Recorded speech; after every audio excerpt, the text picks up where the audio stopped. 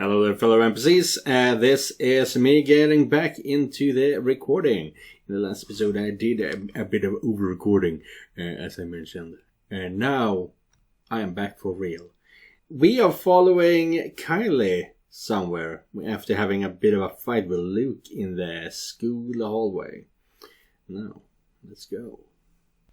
If I don't get better handle of the situation, I have a feeling Luke will start yelling at everyone soon. Kneeling, I gently pull the girl away from me, cupping her face and wiping away tears, creating little trails on her cheek. Her mouth is drawn in a miserable pout when she peers up at me. Alright, Kylie, calm down. What happened? It's my friend! That's a little too vague, Munchkin. Let her speak, Luke. Who is it, Kylie? Melody? Or was it the other one? How can you not remember Takako?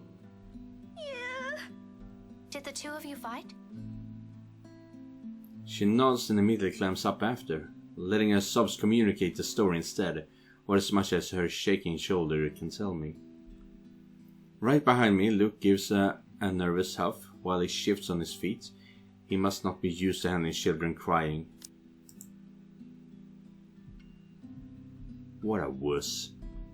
Sweetie, I won't be able to help you if you don't tell me what happened. Seconds pass before she responds again.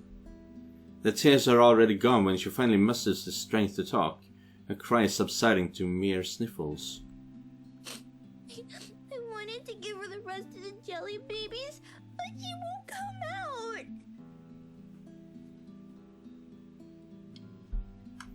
Come out of where? Where? Where is she? In the little girl's room. Is she still there? Another nod. She won't say what's wrong.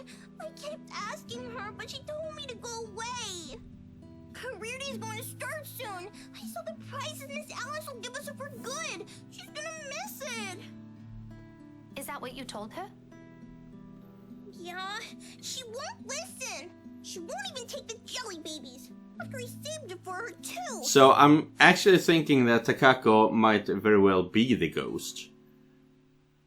And that is why Melody don't want to befriend her, because it's just an imaginary friend, I don't know what you're talking about. Or, that's a ghost. Keep that fucking thing away from me. Luke wanted to eat the red ones, but I told him it's not for him. Miss Pink, can you talk to her? Tell her to come out, and I'm really upset with her. Ah. That's a little childish argument then. Times like this, I'm glad that I teach teenagers mature enough for petty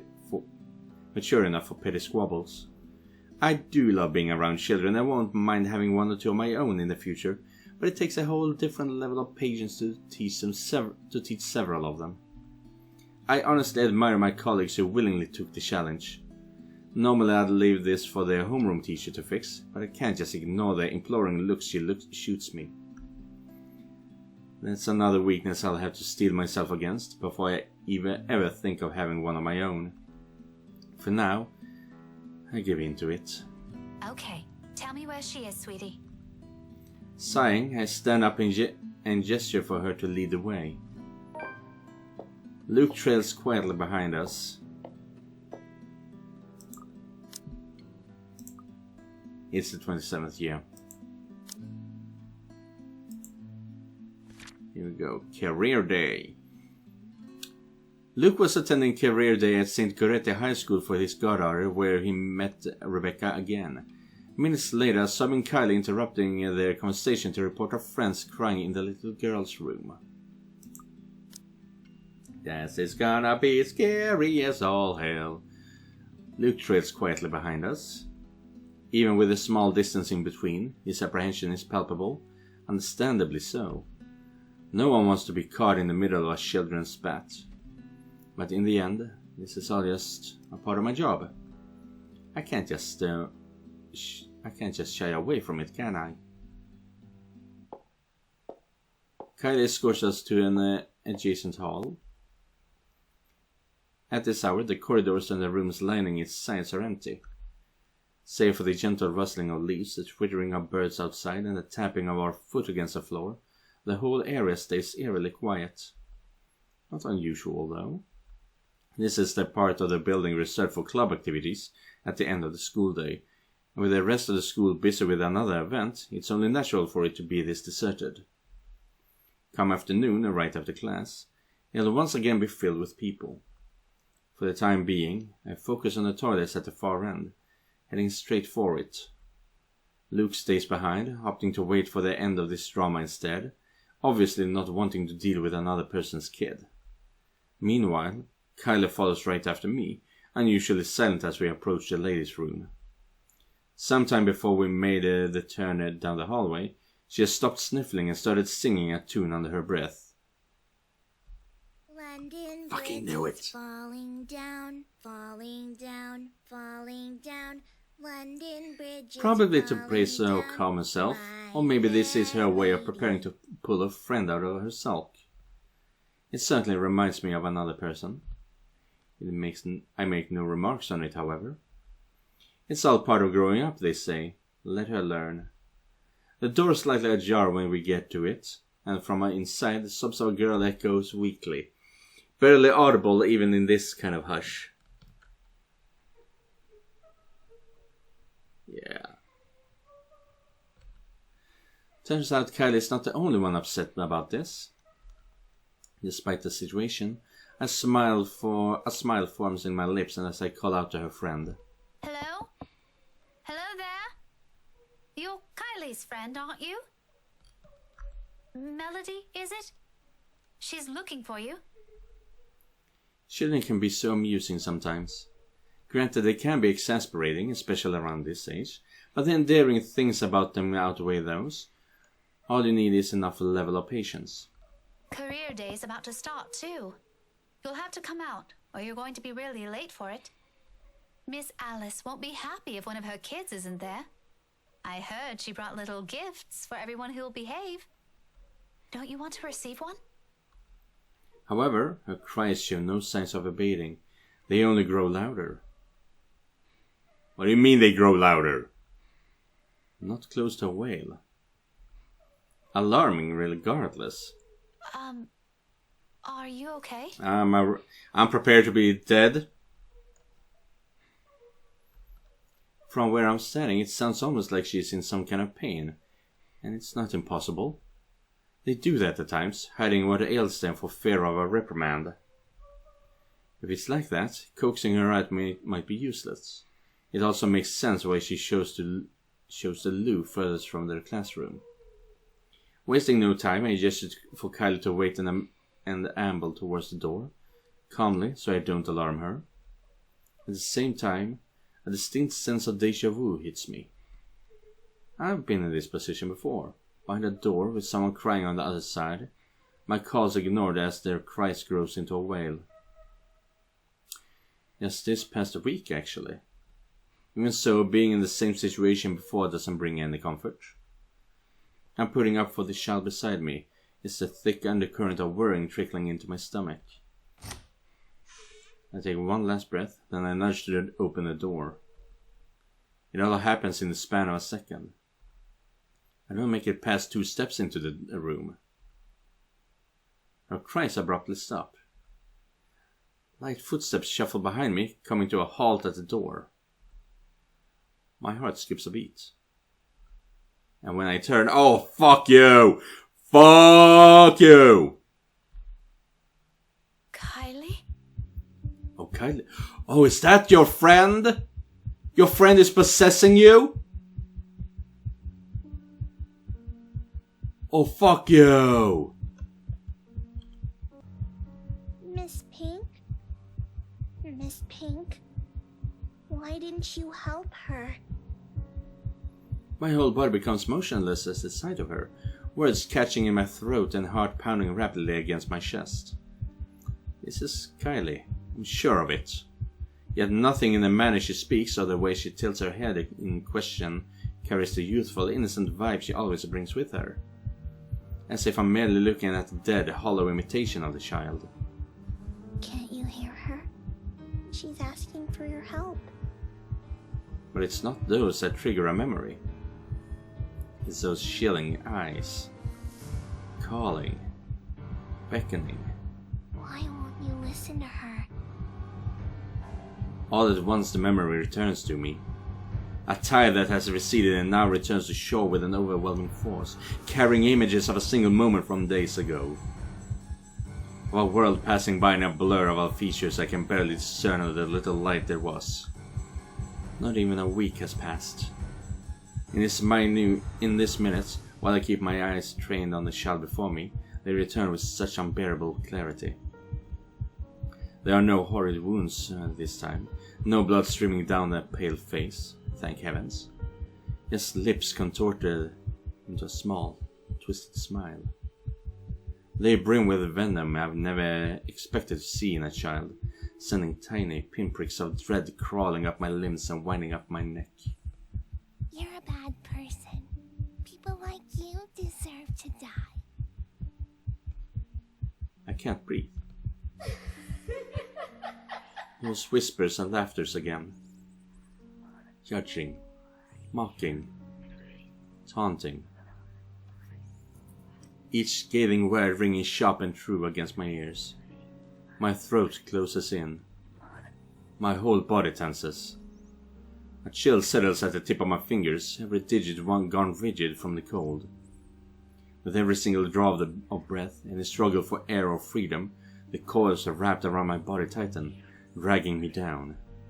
A gradual torturous descent into another bottomless abyss.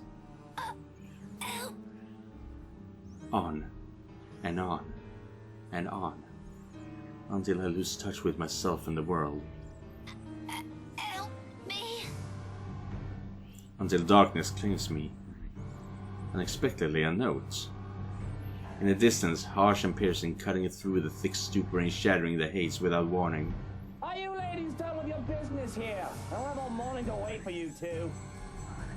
My eyes snap open and the world shifts into place with a ragged gasp.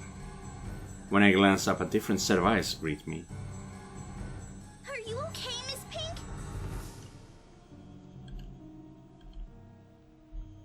No anger, no vile hatred in them, just plain sincere concern. Bit by bit I become aware of my surroundings and myself as warmth steadily slips back to me. I reached out for the nearby counter to steady myself at some point, and my knuckles have gone white from how rigid my grasp on it is. It's over now, yet the tension hasn't left my body. My heart still hammers hard against my chest in an erratic rhythm, and my breathing still comes in short, shallow bursts. Before me, Kylie fumbles with her hands, utterly unsure of what to do to an adult, in what's probably a laughable state. Did you get sick? I'll call Tio, okay? Stay here and don't move. No need. Just leave me alone. Tio will know how to fix you. Oh, wait, okay? I wish I can speak reassurances to her, but I can't shake it off. The dread is there, twisting at my insides in anticipation. Of what? I am no longer sure. Pushing myself off the counter, I break off into a run. Brushing off an anxious look Kylie gives me when I gently push her away on my way out, on the furrow in Luke's brows when I stumble into him outside. Whatever they both saw in my face, I care not to know. Bloody hell, I don't even understand what's happening anymore. Okay. The tremors continue long after the last of my classes have ended.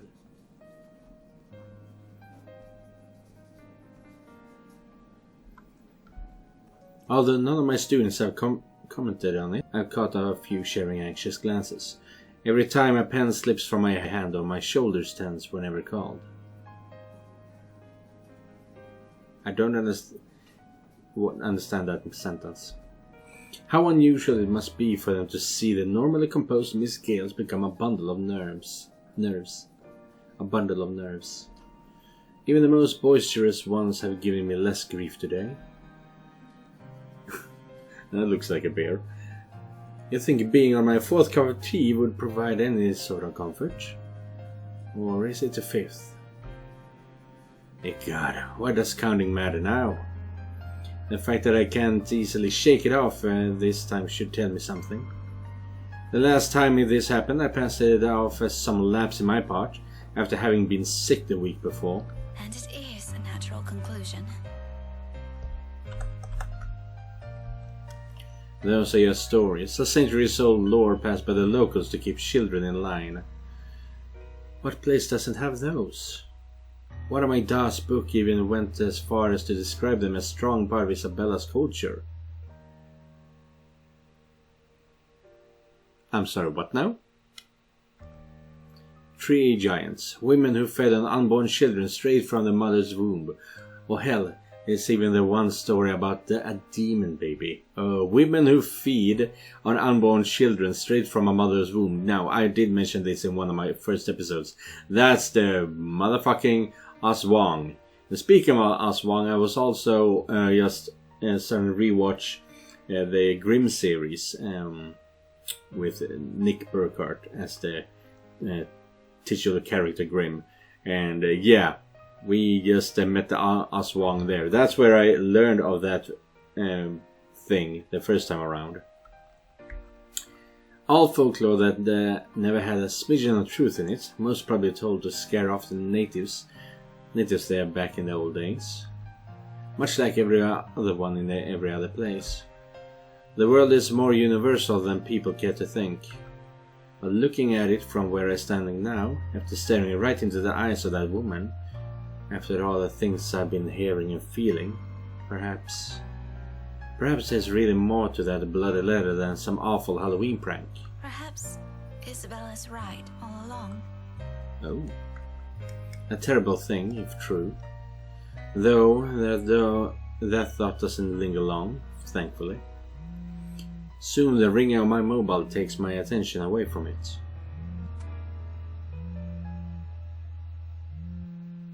Maria McCullough, what do you want? An unfamiliar name flashes before me once the screen lights up, and my brows knit together. Marianne McCullough. Oh right, you got the book. Staring hard at the screen, I try to remember when I have entered this person on my contact list. It takes a moment, but when it clicks, my eyes zero in on the book lying wide open on my table. Loaned out from the library almost a week ago. I met the woman there by a sheer coincidence. A fellow history buff, apparently. We were after the same book, but in the end, she'd given it to me, under the condition that I call her once I'm done. To be honest, I've completely forgotten about it until now, and well, I haven't really taken a peek at it until today. Normally, I'd be done with a whole volume of this size a few days after taking it out, about 1 or 2, depending on how busy I am. But finding a chance to sit down and read through it has been more difficult lately than I anticipated. One moment, I'm busy simply grading worksheets, attending a movie premiere the next, then somebody suddenly inviting me out for one reason or another. Days later, a friend stops showing up in her flat, right after worrying reports pop up in the local news. There simply isn't enough time to breathe and get a grip of things. I have been flipping through the pages of said book moments ago, though never really reading anything and merely hoping for a distraction. To no avail. My phone gives out another ring, and this time I do not hesitate to answer. Marianne? Hello! Here I was starting to wonder if it was a bad time to call. Is it? It is, and still working. No, not at all. I dismissed my last class a few minutes ago. I'm pretty much free for the rest of the afternoon. Unless something comes up. Is this about last time? The book? Not really. I was hoping to ask you about some other thing. Really? Oh, sure. What about? You grew up in this city, didn't you? It's a peculiar question to ask someone you've just met, but I answer her nevertheless. I'm more curious where she's headed with this by starting with that. Born and raised, 3rd generation migrant. Why do you ask? So, you must be familiar with the local lore. The, stories? Okay, I don't remember where we are in the timeline, but are you worried about... Are you gonna ask her about the ghost? Quite. If I'm going to teach about history, I'd like to think I am, yeah?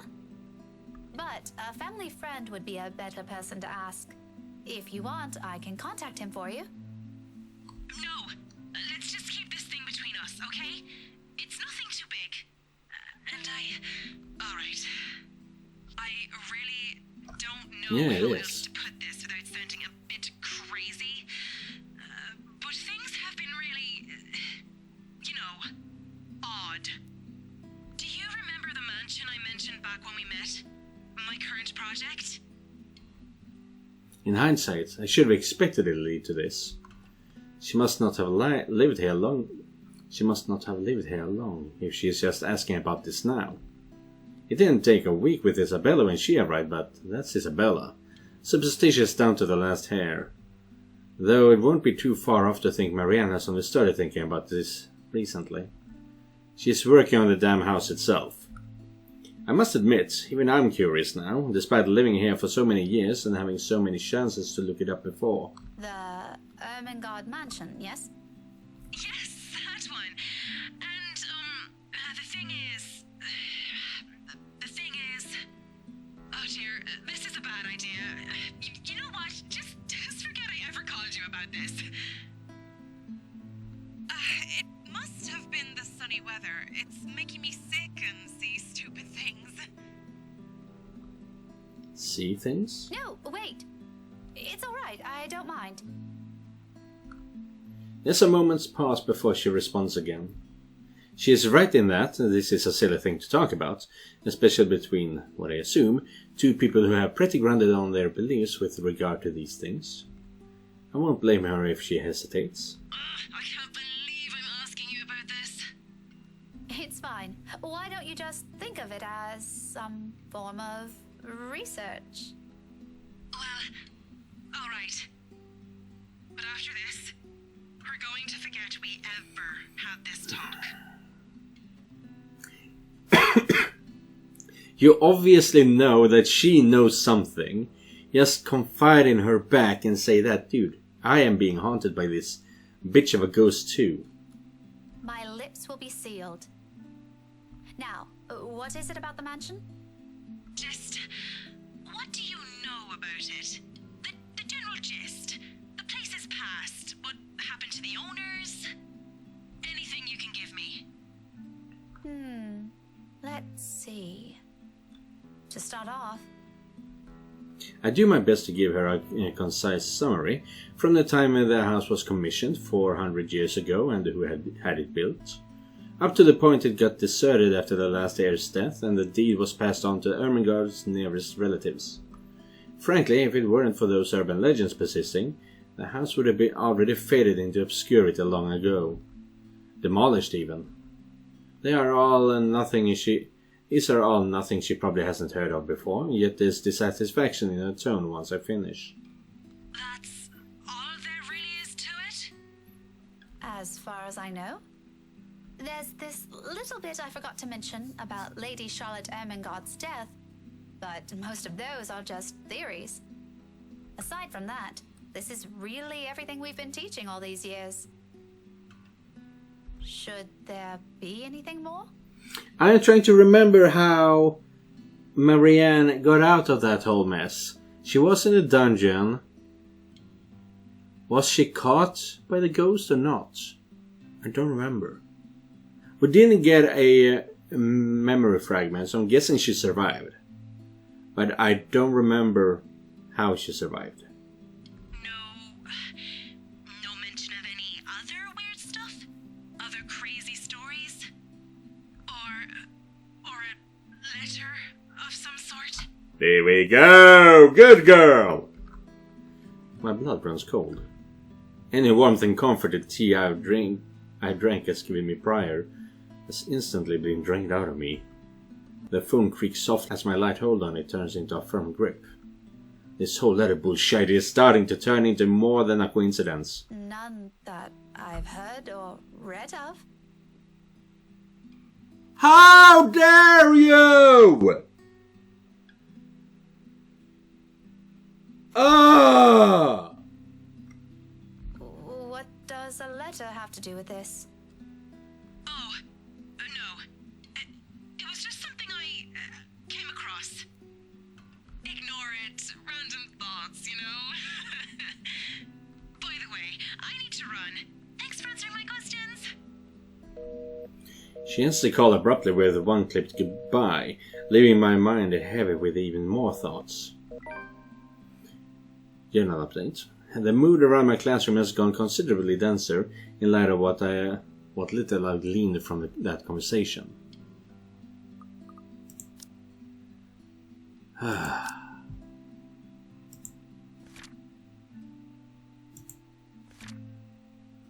Oh, so this was the same day, huh? After the strange encounter at the little girl's room, Rebecca tried to remain composed throughout her day. As her classes ended, she received a phone call from Marianne McCullough, who asked unusual things about the Ermengarde mansion.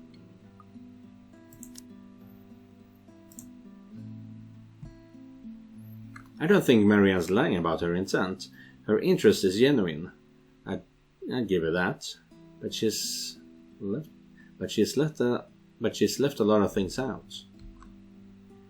I get the sense that she only asked because something's happened around her. I get the sense she's only asked because something's happening around her too. And if she hadn't mentioned the letter, I probably wouldn't have made the connection. Just what the hell did we get ourselves into? Thank you for finally realizing that your life is in danger. Of course, there's still a lot of confusing details in this. All of these are just assumptions. No concrete conclusion to be formed with what we have, and if we want to find out what we're really dealing with, I think Marianne's right. There might be something more to those stories. As absurd as it sounds, the very place that gave us the letter might tell us something beyond what we know. And tomorrow night, I have a few hours of that chance at a housewarming party. Totally not an exciting thought. Since the place is privately owned now and I can't just wander around. But it's enough reason to keep the dread at bay as I step out of the room, ready to put an end to this day. You are still here, huh? However, all those good vibes disappear into thin air when I run headfirst into Luke. There's really something in this man. Regardless of how much my opinion of him has changed over the span of a few hours, he simply blasts through every good impression people have of him without care or thought. He doesn't even need to open his mouth, his mere presence does it. In all honesty, I think he is the kind of guy only a mother can love. You're still here? Obviously. Who do you think's standing in front of you? An ass. An ass. Oh, come on, Daisy. You've done better than that. Losing your touch? Yeah, let's call him a predator. Luke, I don't have time for this. I'm heading home, and your face is the last thing I want to see before I leave. What do you want? Belatedly, I notice his hand. Partly raised, almost poised for a knock. At a slight lift of an eyebrow, he quickly drops it to his side and turns to Kylie. She is standing a few steps away from him, holding her hands behind her back and towing at something on the floor with the tip of her shoe. Then he proceeds to make vague gestures at me and the child. He resembles a fish flopping for air with the way he moves his arms, though I think he's trying to urge her to speak up. Munchkin, I thought you wanted to tell her something. You do it, Tio. This wasn't my idea, darling. Don't worry. I won't tell Tia what you told me the other day. And this morning. What? What's going on? Luke exhales, rolling his eye at the ceiling and maybe praying for the universe to grant him more patience. He knows a losing battle when he sees one. He may act worse than a 5-year-old throwing a tantrum at times, but it's no match for an actual child. Nothing better than being served a dose of his own medicine, huh? Once his frustration has been promptly let out, he points a rude finger at me. I do my best to stare the offending digit down, but I can already hear the demand before it's even out of his lips. You, come with us. Ew. What makes you think I will? Because little Rugrat here is upset and worried, and it's your bloody fault.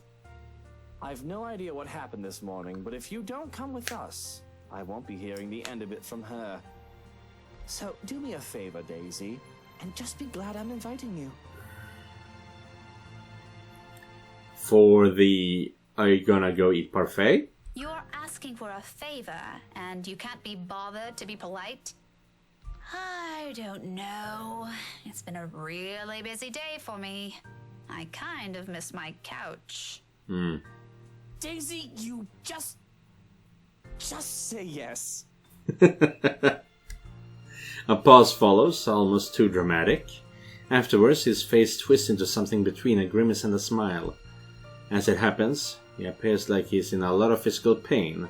I think the man is getting an aneurysm by simply being polite. Please? Oh! Wow, so... Rebecca can actually handle Luke. That might be good for him, but I don't think they should be a couple either way. Or anything like that. But they kind of do mash, don't they? Tio said it'll be his treat. I never said such a thing! What? I said no such thing, Munchkin. I only agreed to this because you requested it. I'm under no obligation to feed her. I promise I'll be quiet the next time I visit. Oh, all right, but just one meal and make it the cheapest. He and Ashton will get along famously on that apartment. On a different front, the offer of a free dinner does sound enticing, however half-heartedly given it is. Mostly because Kylie has wisely put on her puppy eyes, and by the second, I find all my choices slipping away from me. See, Miss Pink? It'll be fun. You don't have to feel sad anymore, okay? I never felt sad, did I? Oh, well, My mobile buzzes from my pocket, cutting me mid-sentence, and for a second I'm spared from the act of giving an answer I'll regret either way. Fishing the gadget out, I wave a hand at him and excuse myself. A disgruntled expression is on Luke's face before I turn away. I'd be lying if I said it didn't amuse me. He's as eager to be done with this as I am, but what can I do? Checking, a message from Ashton shows up. Oh. Hey Becca, I'll be around Salem well this evening. Need to meet someone in the area. I might have to drop by yours and Isabella's place after. See ya. Yes, the usual. Unlike what he does to Zachary, Ashton has the decency to let us know when he's dropping by or is in the area for some business. From the way it's phrased, it sounds to be the latter. In a way, I'm glad he's at least aware of the boundary. Not that Isabella's ever going to let him leave the building unscathed, if he ever pulls the same stunt he does with the other man. I cringe to imagine what she'll do to him. Sighing, I slip the gadget back to my pocket. But looking up to see Luke's utter impatience on his face, I know I face a different dilemma. The two of them are still watching, and knowing the kind of person Luke is, this is already a grand gesture of goodwill coming from him. All to please his godchild. His denials aside, it's easy to tell he's really fond of Kylie from his actions alone. I kinda hate to ruin that. Well, Daisy, we're waiting here. On the other hand, there's Ash. His message doesn't exactly imply he's going to wait, or he's expecting me to be there, but there are matters I hope to discuss with him in person, to put it simply. Housewarming party matters. With inviting Isabella out of the question, I only have Zachary and Ashton. Although the former has already made it clear he'll be busy this week, and well, Ashton has been my first choice from the start. Even if he detests attending gatherings like this, it's company that counts. We can be miserable together. But that's the problem, isn't it? He hates them. It's very likely his answers will be a flat no. I'd rather not hear that. If by some miracle he agrees to it, he'll probably be sulking the whole party. Not really a tough choice, when you put it like that. Still... Tough choice, but I have to pick one.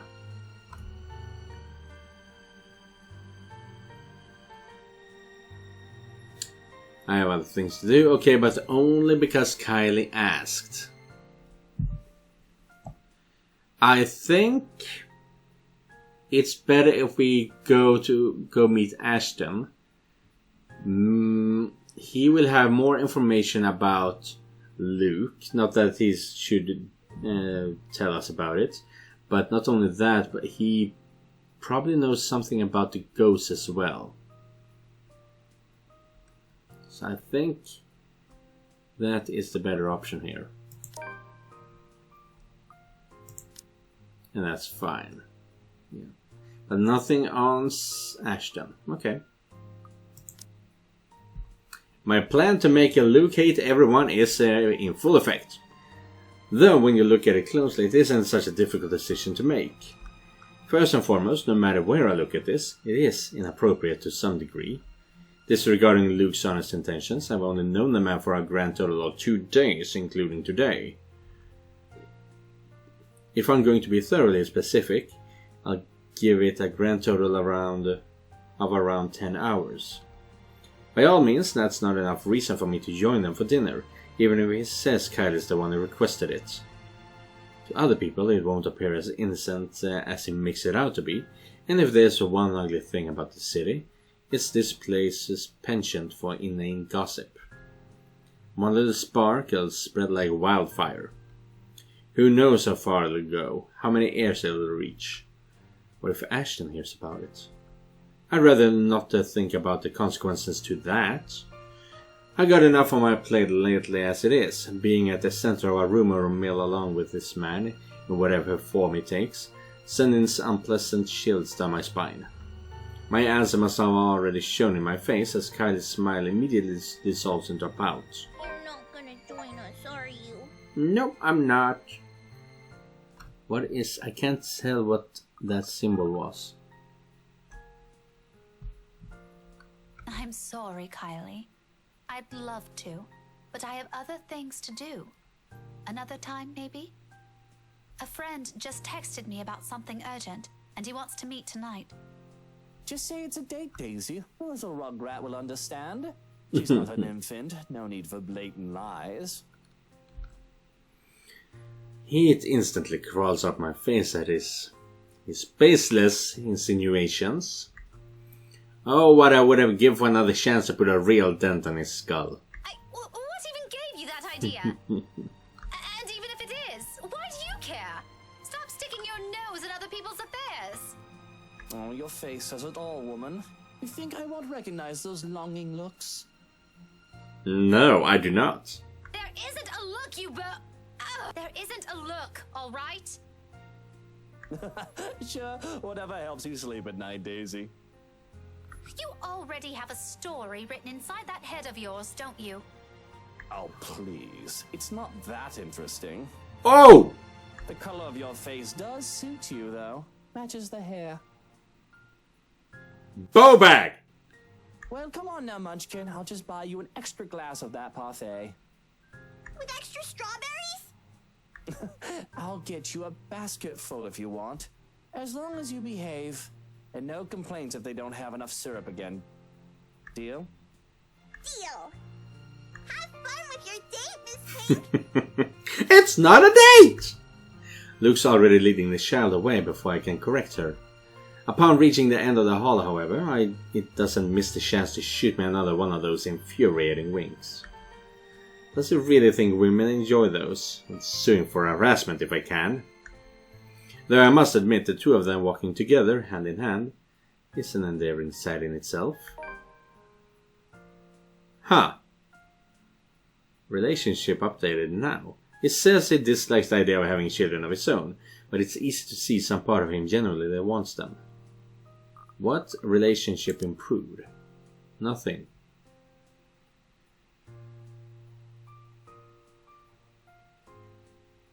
I think Rebecca's opinion of Luke might have changed there, so when we go into the Luke chapter, it is going to be a change right from the beginning on Rebecca.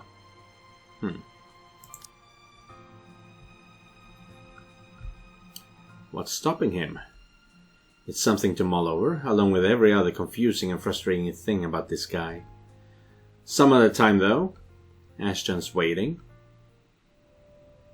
And that is where I leave for today's episode. Yeah, it got a little longer than I anticipated, but yeah. It's still very slow, but I believe it will pick up very soon. Everyone is talking about the ghost from all different points and angles, and soon the ghost will be right over Rebecca's shoulders again. But if you want to watch anything else I've been playing, you can find it at the bottom of the screen. And remember, just because you're not the main character doesn't mean you're not important. Goodbye, everyone.